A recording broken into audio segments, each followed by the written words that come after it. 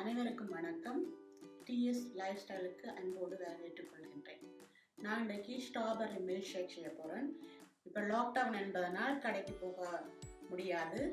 அதனால் இருக்கிற பொருட்களை வைத்து இந்த மில்க் ஷேக் தயாரிக்க போகின்றேன். அதுக்கு தேவையான பொருட்கள்: ஐஸ், அரை கப் மில்க், 5 ஸ்ட்ராபெர்ரி பழம்.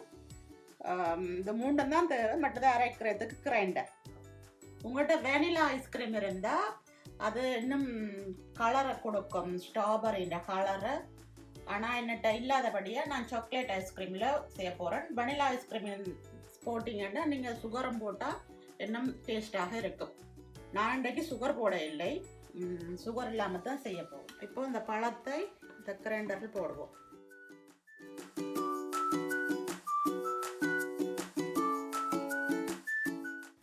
ஐஸ் 2 கரண்டி போடுறேன்.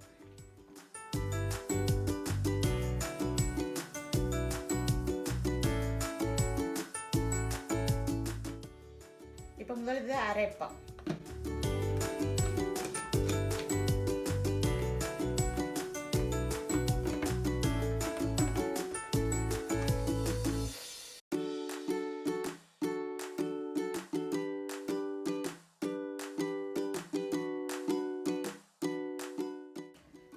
அரை கப் மில்ஷையும் இதோட விட்டு, இது காய்ச்சிய குளிரான மில்க், ஃப்ரிட்ஜில் வச்சு எடுத்த மில்க், அதையும் விட்டு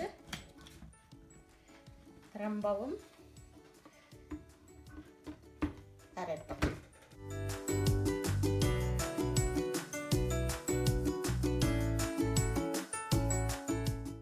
இப்போ இந்த கிளாஸில் பரிமாறுவோம்.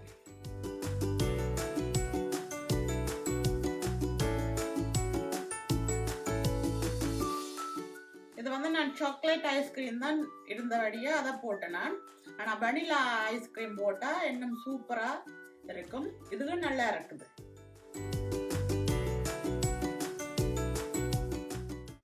சூப்பரான ஸ்ட்ராபெர்ரி மில்க் ஷேக் ரெடி.